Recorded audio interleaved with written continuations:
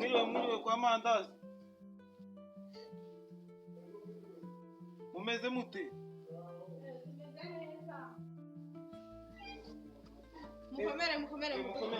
Mukomere. Mumeze neza.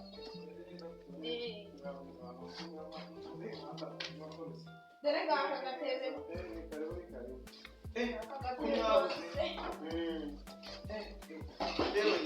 Iminsi mumeze mutese.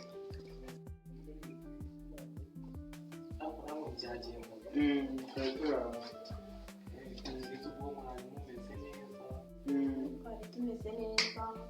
Rero umugabo wanjye tubona tumeze neza. None se usigaye wowe ko wabuze? Ndi mu kazi rero ntabwo nkunda kuboneka. Shaho n'ukuntu umaze iminsi ndi ku buribwe uzi ubukene niho. Ese ngo umeze neza nawe ufite akazi. Ibibazo neza unasaba ko musanze mu rugo muri iki gitondo.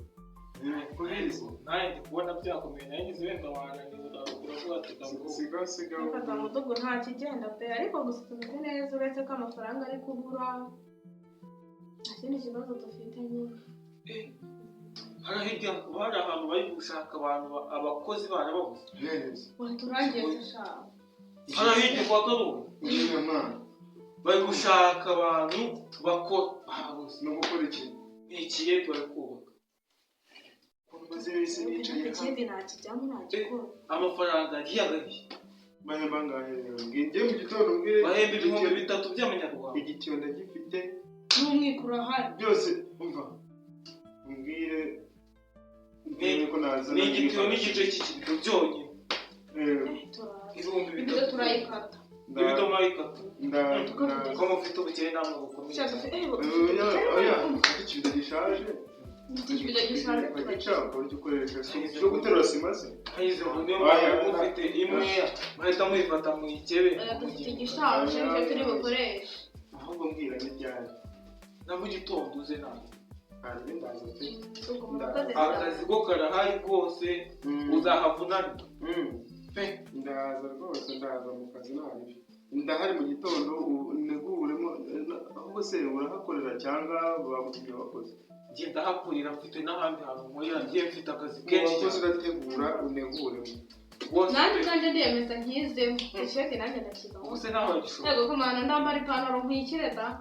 Ntabwo nakwicara mu rugo ugasigara ukurikirana abana nanjye kujya gushakisha. Twajya twinjiza abana baho. Ushobora kureba ubwinshi bw'amafaranga ariko akagira ibyagire kurihangana njye gushakisha mbere gukorerayo no gukurikirana hano mu rugo. Nari ntabwo nagusuzugura mugabo wanjye. Twumvikana rwose nta kibazo. Gahunda niyo ngiyo mu gitondo. Ni mu gitondo ndakuramukira saa 10 ndahaza ari kwa Muzeka Karoli ntabwo nahayoba. Ubwo rero nimba nahazi wagirayo ntaribi ugatangira ugatuma ukabona n'abandi bari. Ntabwo ndi kumva hano mu nzu hashyushye. Babateye agatebe hanze. Ubwo reka mbengiye nagize mu nabateye agatebe hanze tewe tuganiraho. Reka mbengiye nzagavuta. Nakira rero gira gisheri. Uragura irinda zino gira ku muhanda.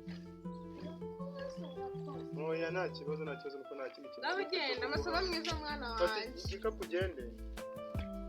Kandi mukajye murangara mu nzira sha.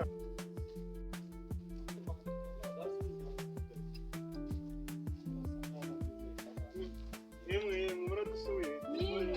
Yewe murahaneza. Nzagashira amakingo neza neza. Kandi mukomeye cyane. Bisi byinshi cyane. Yewe muradusuye. Ni karibu mu nzu. Reka ndamusite ukuntu bitwara byose. Kajyana nanjye agatebe.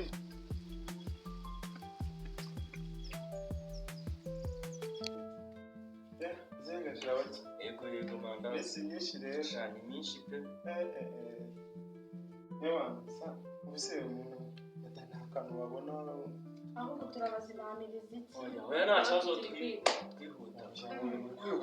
Dukora n'ukuri kw'Imana. Mwihutaga ko dusize umwana tugiye ku ishuri. Kuko nyine tuzi ko dusanga mudahari nyine n'ubwo tuzi ko tutari bumva basanga. twari tuhaciye gusa nta kibazo rwose. ariko muraza wenda kuhindukira wenda umuntu agize icyo agira. nta kibazo turaza kugaruka rwose nta kibazo kandi tubashe kandi murakoze twashimye. Sawa. Imana iguhe muze mandazi rwose. nta kibazo murakoze. Kuri Yewe yewe ndaho Imana iguhe mutangaza ariko.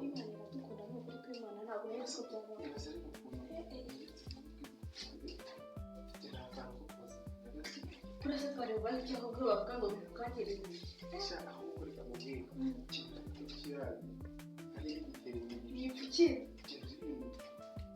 kujya kureba batari Loveness, oh loveness, turagukunda.